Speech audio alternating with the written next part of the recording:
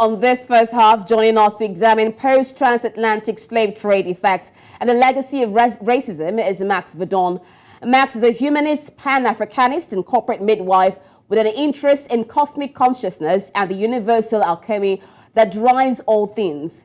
A past head of Ghana's Disability Council, he was deeply engaged in human rights issues and crafted a comprehensive strategy for inclusion and uplift for the disability sector.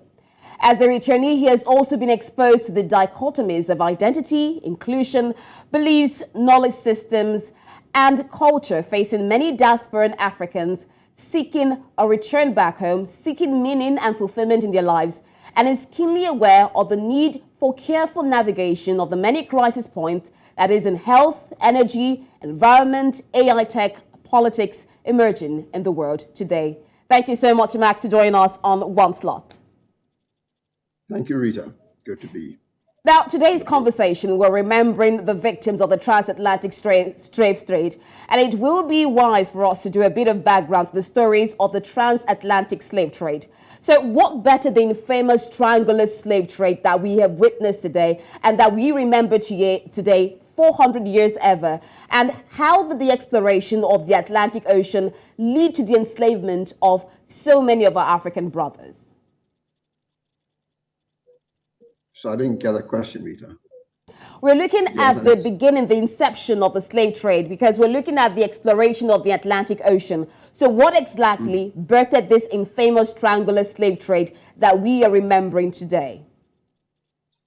It actually emanates from a papal bull that was issued by the then Pope, I can't remember his name, which essentially gave authorization to the Portuguese and the Spanish, who at the time had a hostile relationship to each other.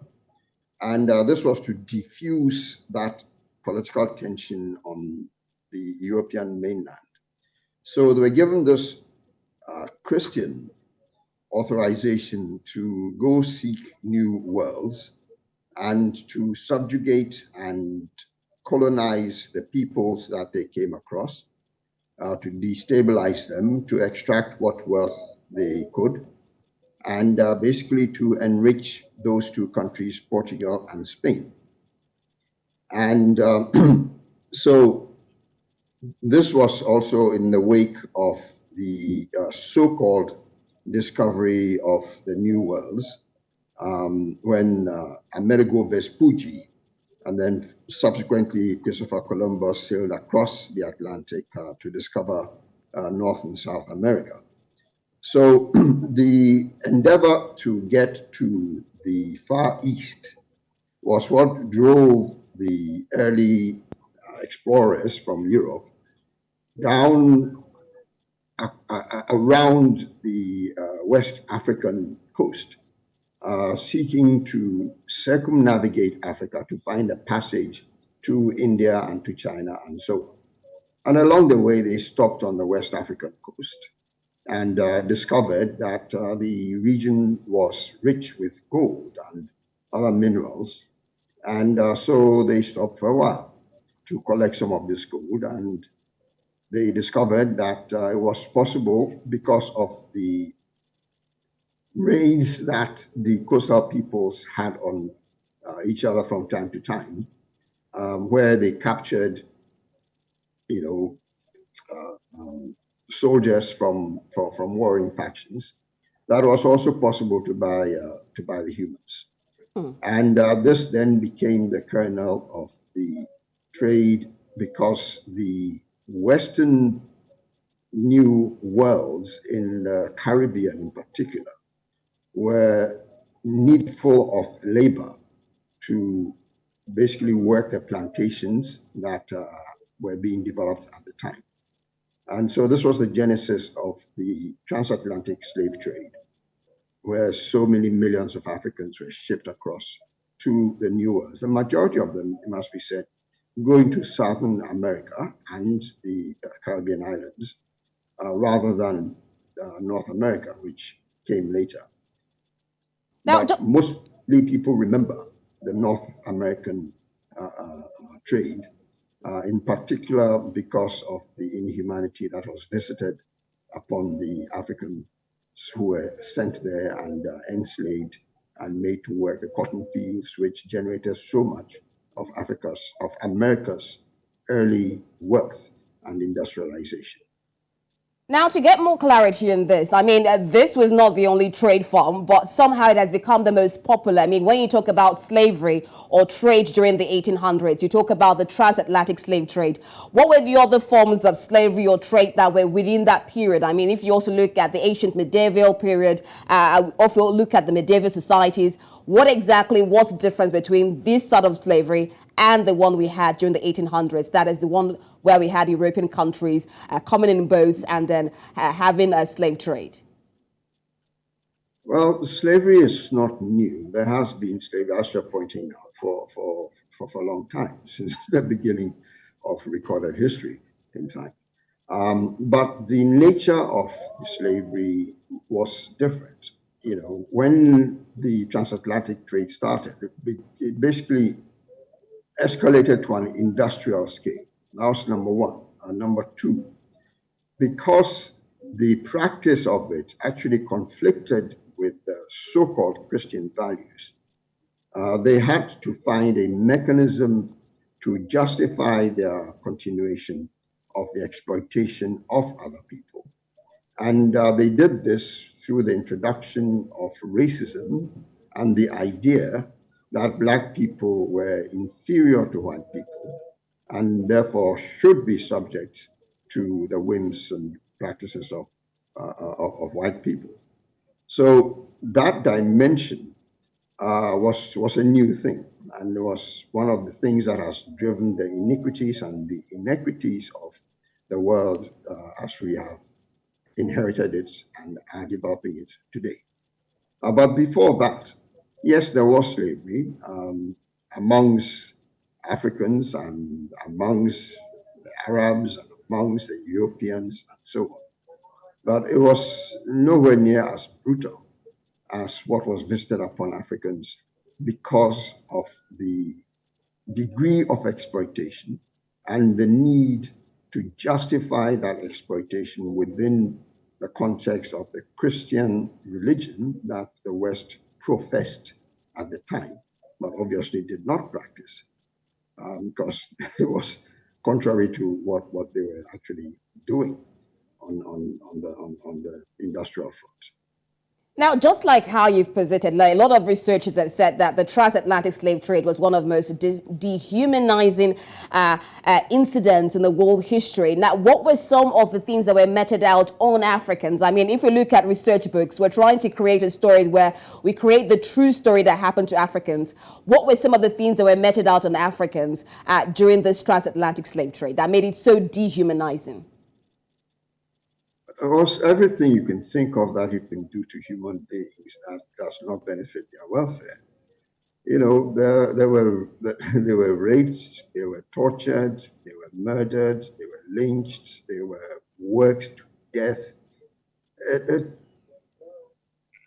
Virtually anything you can think of that you can do to another human being that's not in their best interests. The white slave owners tried. You know, and even after the slave trade was so-called abolished, the inhuman treatment of Blacks continued to the extent that they were used in medical experiments. The so-called father of gynecology, for example, did his research on Black women on whom he performed surgery and so on without anesthetic. You know, the cruelties are hard to imagine, but they did take place. And if one looks closely into human trafficking today, especially where children are concerned, you'll discover that it is still going on today in modern times, where it is estimated that approximately 20,000 children are abducted every day around this planet. 20,000 every day to be used for for ritual purposes, for organ harvesting, for pedophiliacs to enjoy themselves, and so on. It would appear that certain segments of society simply have not moved on, and we are stuck in those old practices of dehumanization and othering and brutality that the people were trying to stamp out with the abolition of slavery.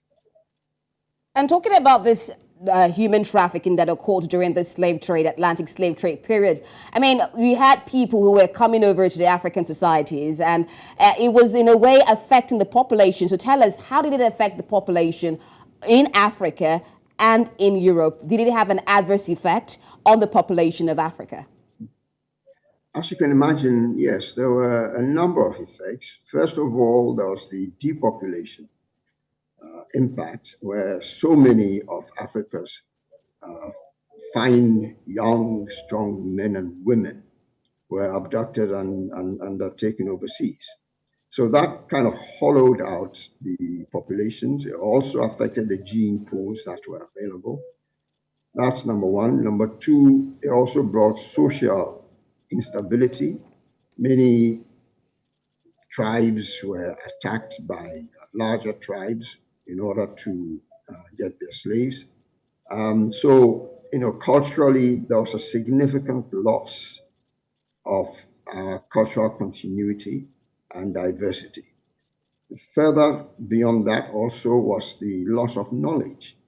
The many indigenous knowledge systems that basically got lost because those who carried that knowledge were abducted and sold into slavery. And we ended up also with the situation of social mistrust, because you never knew if a stranger came to town, whether he had come to reconnoiter your village for a subsequent raid, or whether it was somebody who was genuinely in need. And that also affected the traditional hospitality that Africans had towards strangers and so on. So on many levels, there was a very disruptive program. There was physical disruption, there was emotional, there was spiritual, there was social disruption, from which certain parts of the continent have yet to recover. Arguably, also, the subsequent then colonization of many African countries by white forces who had superior arms has also affected African mentalities. And so many of our artists have sung about mental slavery and the need to decolonize our minds from the paradigms and from the values that were imposed on us from outside by Western conquerors and so on. In this, I should mention one thing. Of course, everybody knows that history is written by the victor, but very few people actually address the question of what makes one group of people vanquish another group of people. And generally, it is because the first group, the conquering group, are much more destructive than the peoples that they subjugate. They're much more destructive of material and of people and of social structures. So this is how they are able to conquer. So generally, when you talk about one group conquering another group, it is not to do with enhancing civilization. It is actually the opposite. The less civilized in terms of human values are the people who conquer the more civilized in terms of human values. And just before this show started, I was watching a clip of President Jimmy Carter, a recent one, in which he was talking about the inevitable rise of non-American cultures and societies. He talked about China, he talked about Brazil, he talked about India, he talked about South Africa, and he talked about Russia. And he said these other cultures and societies would come to challenge America's hegemony. So the option that America had before it, in which he felt America should choose, was to choose the path of peace and become the most generous nation on the earth in order to set a standard of behavior for others to emulate. Sadly, that advice has not been taken. And what we are seeing today is the ramping up of hostilities against Russia, against China, against Saudi Arabia, against anybody who America sees as a threat to its way of life, to its comfort, shall I say. And we are now, therefore, on the verge of major breakdown in the international order because of these hostilities that are being pursued at the cost of peace, which would be an equally easy and better alternative for the powers that be to choose. Okay, now, Max, while you're looking at all of this, you talked about the conqueror and the conquered, and you said it's usually those who are more destructive. But there are also different conversations that said that some Africans actually made business from capturing Africans from neighboring ethnic groups or war captives. I mean, it was more like you exchanged guns and rum for Africans there. That was what was happening at that particular time. So can we necessarily say that some Africans or Africans were also to blame for this atrocious act that we saw committed in the past? Yes, certainly. Africans did participate in the slave trade. I don't think anybody is going to deny that. But again, you have to understand that the African concept of slavery was different from the Western concept of chattel slavery. Yeah, there were Africans slaves in African societies, but they were treated a lot more humanely as part of a family in which they worked and so on. So if you like, they're treated maybe as second-class citizens, but they were citizens nonetheless of the society. The idea that anybody would come into a household and would be tortured and mistreated, even to the point of death at times, wasn't common in African society. So the chiefs and warriors who cooperated with Western powers to get slaves and so on, I believe had no idea the conditions into which they were sending the people whom they enslaved. So you do believe that, according to some researchers, that if the slave trade did not occur, this sort of 72% gap we're seeing between African countries and most of the European countries or Western powers would not happen. I mean, you talked about how it affected population intelligence, how the best hands were taken on this boat, on these cargoes. So do you actually believe that if the slave trade did not exist, this large gap we're seeing would not also exist? Oh, yes, I believe so. I believe so. You know, we are seeing today a resurgence of Africa, largely because of the youth, largely because of the improvement in communications, which is allowing a lot more people to get on board with what is available in the world today. And I think that given the opportunity to evolve naturally and develop naturally and so on, Africa will be a far, far different place today than what it is today. Remember, we had centers of excellence. Yeah, Timbuktu was the first known university in this world, and its house was a repository of knowledge. We had the Ashanti capital, which even the British, when they came, praised for its lushness and its beauty and its orderliness and so on. You had Benin City, which was comprised of the largest earthworks that have ever been done on this planet, including the Great Wall of China. And that was destroyed by the British in a punitive expedition, in part because they did not want the world to know what Africans were capable of. And if you examine much of our natural, how should I put the settlements and so on, you will find patterns like fractals, okay, which mirror and project the forces of the natural world upon which we all depend, but which some societies fight against rather than fight with or harmonize with in order to develop their societies and their environment. So there's a lot of natural wealth embedded in Africa, which has been suppressed in part because it hasn't been fully appreciated, let me put it that way. But I believe that we are now beginning to find ourselves again. We are now beginning to discover the value in what we have traditionally had, but maybe dismissed because we were taught that Western methods and technologies were superior. And these realities are coming out in the fields of agriculture, in the fields of computational science, in the fields of medicine.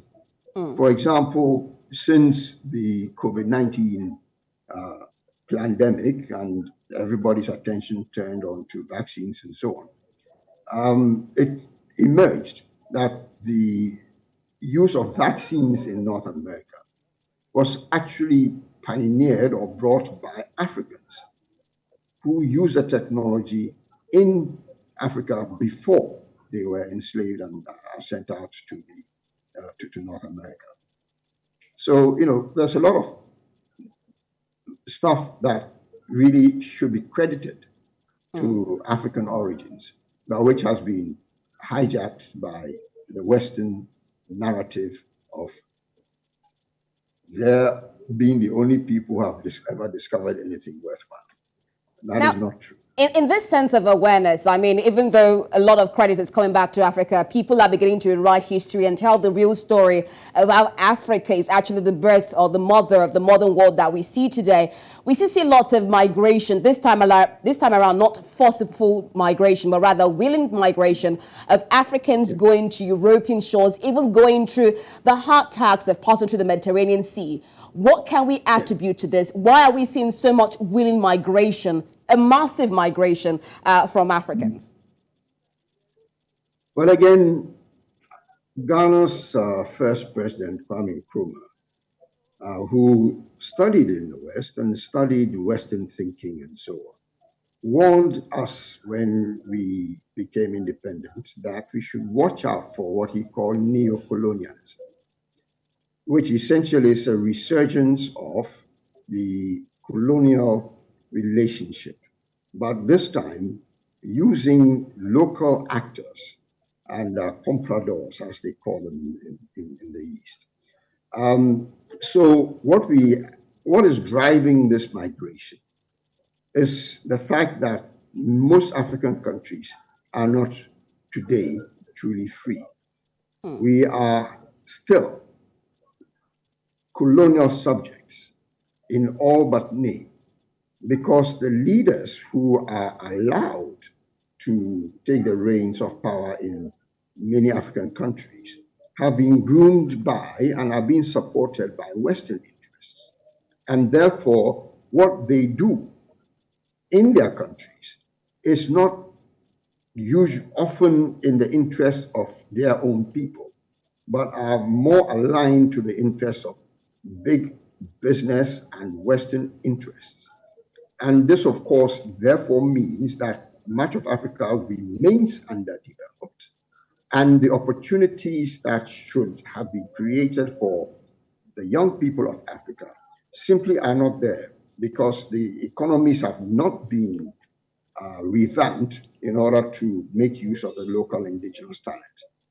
So young people go, they get out of school and they find very few opportunities to develop their talents and to grow wealth, grow businesses, and so on. So they look overseas. And so this is what is driving much of this migration. Yes, sometimes there's political persecution and so on, but really it's a very, very minor percentage today. Most of it is economic migration.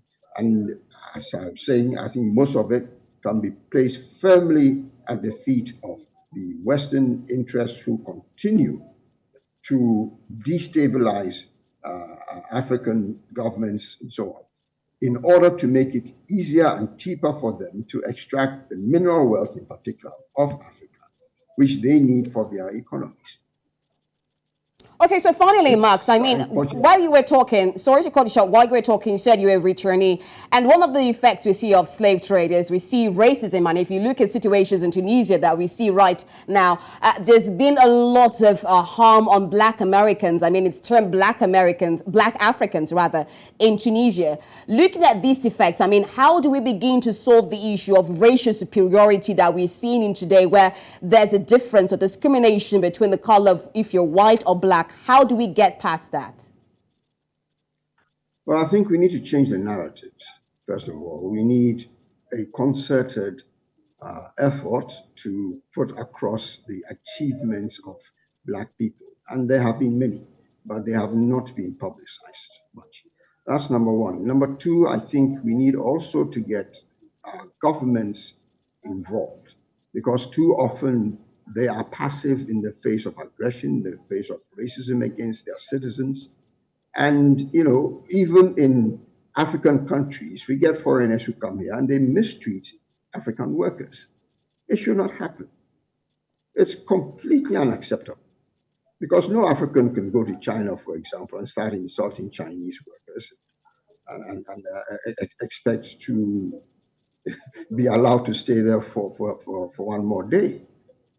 You understand? So we need to put our foot down collectively, and we need also to change the narrative. That is not going to be that easy, because most of the world's media are owned by the oppressor. So they control much of what goes out of the airwaves and the newspapers and magazines and so on. But thanks to the internet and social media and so on, it is now increasingly possible for individuals to tell their stories. And I think the emergence of the popularity of African music speaks to that effect, and also shows us a way in which we can influence the world through our arts and culture, through our music, through theater productions, and so on. Because changing that narrative is important. All right, thank you so much, Max. Definitely, we're really trying to change that narrative and put Africa on the bright limelight that it needs to be. Thank you so much for joining us on this conversation on One Slot. We'll definitely continue to have conversations on all of this and the effect that we have in the modern world today. Thank you for joining us on One Slot. Thank you, Rita.